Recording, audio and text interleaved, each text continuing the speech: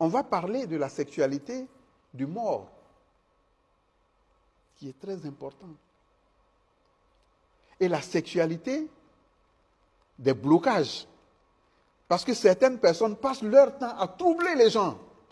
Ah, tu es bloqué, tu as couché avec telle fille. Ah, tu es bloqué, tu as couché avec tel monsieur. C'est faux. Dieu met une barrière dans la sexualité de deux personnes. Ça, c'est la protection même de Dieu. Maintenant, il peut sans dire qu'il y a des initiations qui se font. Il y a des liens qui sont soudés qui ne peuvent pas être défaits si certaines choses ne sont pas faites. Par exemple, la sexualité du mort. Toi, tu couches avec une fille aujourd'hui. Au bout d'une semaine, elle meurt. Ou tu couches avec un homme aujourd'hui. Au bout d'une semaine, il meurt. Comme vous vous donnez des énergies, vous pactisez ensemble. Le sexe, c'est un pacte. Mais ce n'est pas un pacte comme certains le disent, pour aggraver la situation. Ah, tu as couché avec lui, ta vie est en lui, ou tu as couché avec elle, ta vie est en elle, ce n'est pas vrai. Mais le pacte du mort, il ne faut pas souhaiter être sorti avec un homme ou une femme et que l'homme meure ou la femme meure. Tu as vu que dans nos symboles africains, on donne 3 mois à la femme. On donne 3 mois. D'autres donnent 40 jours. Mais les 3 mois, pourquoi on les donne 90 jours. Vous allez nous édifier? Je vais vous expliquer. Pendant 90 jours, quand tu couches avec une fille, si elle meurt, pendant les 90 jours, on t'a dit qu'elle est morte. Si tu ne fais pas le rituel de l'œuf, elle va avec une partie de toi pendant les 90 jours. Et dans les 90 jours, le rituel de l'œuf doit se faire. Ce n'est pas compliqué. Dès qu'on te dit qu'elle est décédée ou dès qu'on te dit le monsieur est décédé, tu prends un œuf, tu dis ce qui m'a uni avec lui sexuellement, je le défais, tu casses l'œuf. Le mort libère ton énergie. Vice versa. Et le même acte est valable pour des personnes aussi qui s'accostent. Il y a des personnes qui vont chez des prostitueuses. Mais une prostitueuse, elle n'est pas approchée par une seule personne. Elle est approchée par nuit, souvent par 10, 20 personnes. 5 personnes. L'œuf est valable pour aussi ça. Prendre l'œuf, dit, cette personne à qui je suis rentré, je me libère d'elle, tu casses l'œuf. C'est tout. Sinon, la prostitueuse, c'est des empreintes qui restent là-bas. Parlant de ça, ça me donne quelque chose qui je ne voudrais pas faire peur. Mais il faut qu'on explique, parce que c'est le but d'ailleurs de ta question. Bien sûr. Les gens qui fréquentent les femmes qui reçoivent beaucoup d'hommes, il y a 3 cas. Il y a des femmes qui sortent pour chercher leur vie. Elles ne sont pas initiées. Non. Elle est sortie, la vie est difficile pour elle. Elle couche avec des gens pour prendre de l'argent, pour sauver sa vie de demain. Il y a des filles qui rentrent dedans pour avoir des moyens, pour payer leurs études. Je ne justifie pas. Trouver de l'argent pour faire un commerce, pour ouvrir un business ou un truc. Trouver en tout cas de l'argent sexuellement pour se sauver de quelque chose. Tout ça, ça va. Mais, il y a des pays, sans citer leur nom, qui migrent de pays en pays pour faire la prostitution. Mais si je t'explique, tu vas prendre froid. Wow. Tu sais comment ça se passe? Non. Ces femmes en venant ne viennent pas avec leur sexe féminine. Wow. Non. J'ai parlé en début du serpent. Oui. Elles viennent avec la gueule du serpent. Il y en a qui viennent avec le vagin de la chèvre. Il y en a qui viennent avec le vagin du chien et de la chienne. Et tu sais ce qui se passe? Elles vont museler toutes les personnes qui passent en elles. Puisqu'elles sont venues en mission d'une confrérie, d'une secte, d'un groupe, on leur dit, tu as droit à nous ramener 90 âmes. Donc 90 personnes.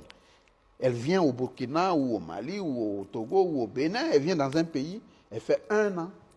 Au bout d'1 an, elle a ses 90 personnes. Quand elle retourne, ce n'est pas son vagin. On va l'enlever le serpent, la bouche du serpent qu'on a mis en elle. Puisque quand vous rentrez, c'est dans le serpent que vous rentrez. Vous croyez que c'est le vagin de la femme? Arrivé, le serpent va vomir l'empreinte de toutes ces personnes qui sont passées en elle. Ou la chèvre va vomir, va accoucher tous ces enfants-là. Ou la chienne va vomir tout ça. C'est ainsi que tu as certaines personnes qui tombent malades.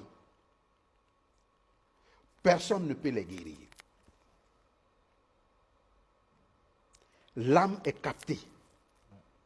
Ils ne sont plus eux-mêmes. Ils ne sont plus chez eux. Ils sont emprisonnés. Ceux qui veulent tuer, tuent. Ceux qui veulent se procurer de leur chance, puisent les chances de ces personnes-là jusqu'à échéance finale. Voilà des méfaits de la prostitution professionnelle. Chers téléspectateurs, téléspectatrices, vous êtes sur l'émission Au-delà de l'écorce. Ce soir, nous recevons Hadj Ismaël et le thème central, c'est spiritualité de la sexualité. On revient à nouveau. Donc, cette orchestration que je viens de dire, aujourd'hui, elle est en train de devenir particulière. Les filles ne vont, les prostituées ne viennent plus dans les pays pour le faire, mais ce sont nos jeunes filles aujourd'hui qui vont s'initier.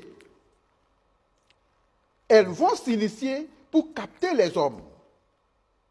Elles vont faire laver leur vagin pour capter les hommes. Et les hommes aussi, il en existe. Hein? Ah. Mais oui, oui.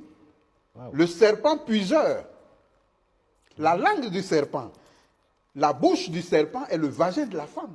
La langue du serpent est le sexe de l'homme. Il y a des hommes, eux aussi, ils vont se préparer. Quand ils intègrent une femme, ils prennent tout d'elle.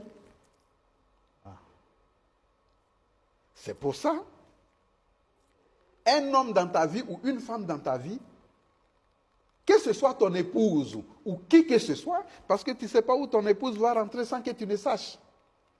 La femme, tu ne sais pas où ton époux va rentrer sans que tu ne saches. Je donne ce code. Okay. Ce code est universel. Personne ne peut la défier. Parce que c'est des années de recherche et des années d'examination pour avoir le résultat. Une personne, même si c'est une fois par mois, il faut bouillir l'huile rouge. Bouillir l'huile rouge avec de l'eau. Okay. Le boire et te laver avec. La femme peut le faire, l'homme peut le faire, ça te défait de tout magnétisme sexuel en prise. C'est dommage parce que ça va libérer beaucoup d'hommes qui sont sous des emprises de leurs femmes qui les ont envoûtés.